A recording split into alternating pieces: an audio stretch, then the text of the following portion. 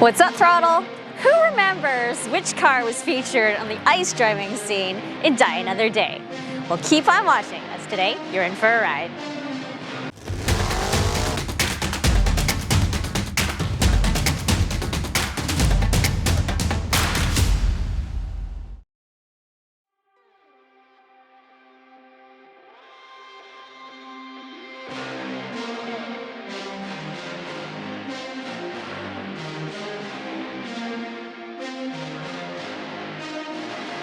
Hi, I'm Nadine, the co-founder of Throdle, and today I'm in Tokyo with my buddy Dylan. Hey! Hey Nadine. What do you got here?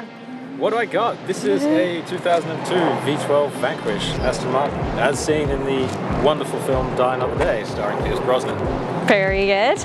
And we want to talk a little bit about the design of the car, don't we? Certainly do. I think it's a very cohesive shape overall. It was actually the first car that Ian Callum, who's the famous designer of modern Aston Martins, actually did for the brand. And I can't shake the feeling that this was kind of what he always envisioned the Aston Martin look to be, and that in subsequent generations it got a little bit too corporatized and a little bit kind of sanitized. This is a very showy and slightly vulgar kind of design. Well, first of all, you got these gorgeous chrome accents, which you don't always see in the Aston Martins of today. And then what about the grille?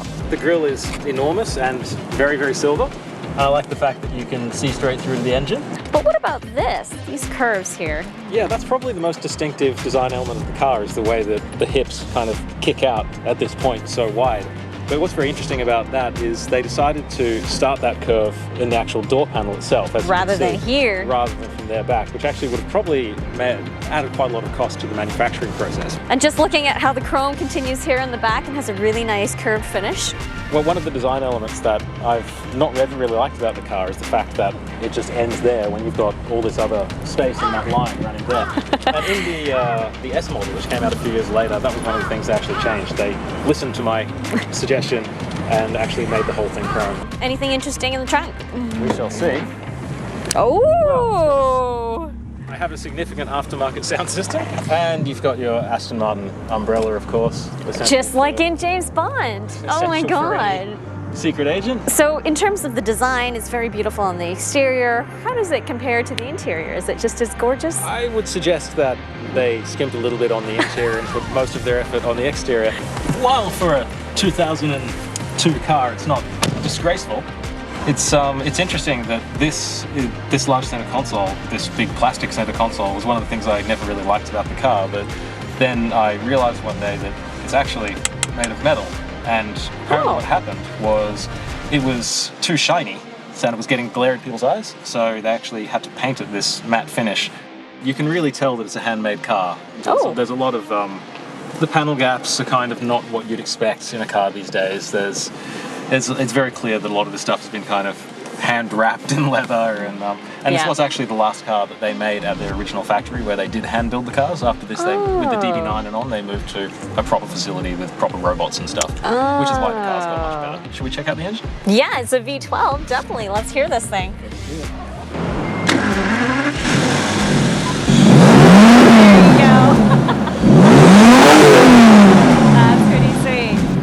Is this probably the best sounding car that you own out of your collection?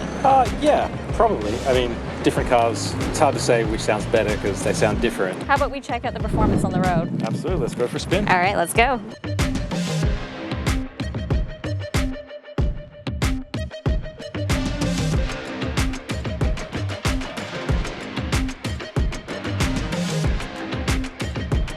Did you drive it a lot, or do you just kind of bring it out maybe once a month or something? I'd like to drive it a lot, but it's in the 18 months I've had ownership of it, I've probably only had a cumulative couple of weeks of driving of it.